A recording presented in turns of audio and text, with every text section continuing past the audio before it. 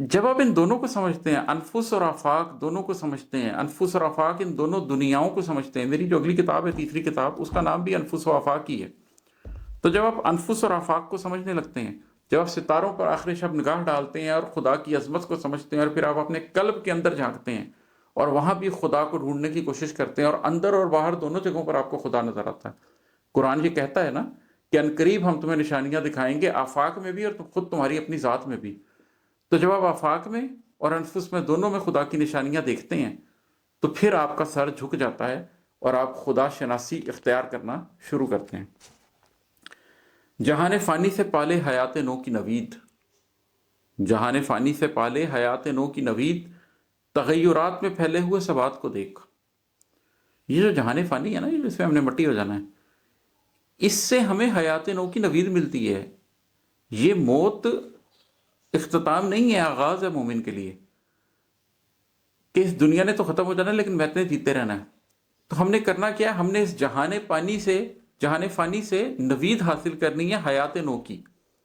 اس جہان فانی میں ایک ایسی زندگی گزارنی ہے کہ جس کے نتیجے میں ہمیں ایک ابدی آرام کی زندگی میسر آ سکے. تغیرات میں پھیلے ہوئے ثبات کو دیکھ. یہ جو کیوس پھیلا ہوا ہے آفاق میں، انفس میں، ہر طرف تغیر ہی تغیر ہے. وہ اقبال نے کہا نا، ثبات ایک تغیر کو ہے زمانے میں، nothing is permanent but change.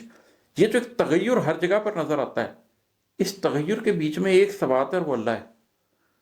وہ میری ایک اور نظم ہے، وہ ختم ہی اس پر ہوتی ہے کہ ایک ثبات الہی تو ہے. میں اپنے ارد گرد نظر ڈالتا ہوں تو میں دیکھتا ہوں کہ میں 15 سال کی عمر میں جس دنیا میں تھا، وہ کہتے ہیں پاسٹ از انادر کنٹری، وہ پوری دنیا بدل گئی ہے، وہ لوگ مر گئے ہیں، وہ شہر بدل گئے ہیں، وہ جگہیں بدل گئی ہیں، میں بدل گیا ہوں. اللہ ویسے کا ویسا ہے. میں 30 برس کا تھا تو ایک اور دنیا تھی، ایک اور سوچ تھی، ایک اور زندگی تھی. اللہ ویسے کا ویسا تھا. میں 44 برس کا ہوا ہوں، زندگی میں سب کچھ بدل گیا. اللہ ویسے کا ویسا ہے. تو تغیرات میں پھیلے ہوئے ثبات کو دیکھ. وہ جو اللہ ہے، وہ جو ایک ثبات ہے، اس کو پہچان. جہان فانی سے پالے حیات نو کی نوید، تغیرات میں پھیلے ہوئے ثبات کو دیکھ.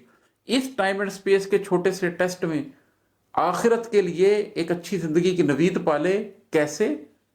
کہ اس سارے تغیر میں چھپا ہوا وہ جو رب ہے، اس کو بن دیکھے پہچان لے، امپیریکل ایویڈنس کے بغیر پہچان لے، اپنی عقل کی بنیاد پر اور اپنے قلبی نور کی بنیاد پر، اپنی ریشنل فیکلٹی کی بنیاد پر اور اپنے قلب کے وزڈم کی بنیاد پر. یہی زمان و مکان کا ٹیسٹ ہے کہ ہم خدا شناسی کے اس عمل سے گزر کر وہ تطہیر کر پاتے ہیں اپنی، کہ ہم خدا کو دیکھ سکیں.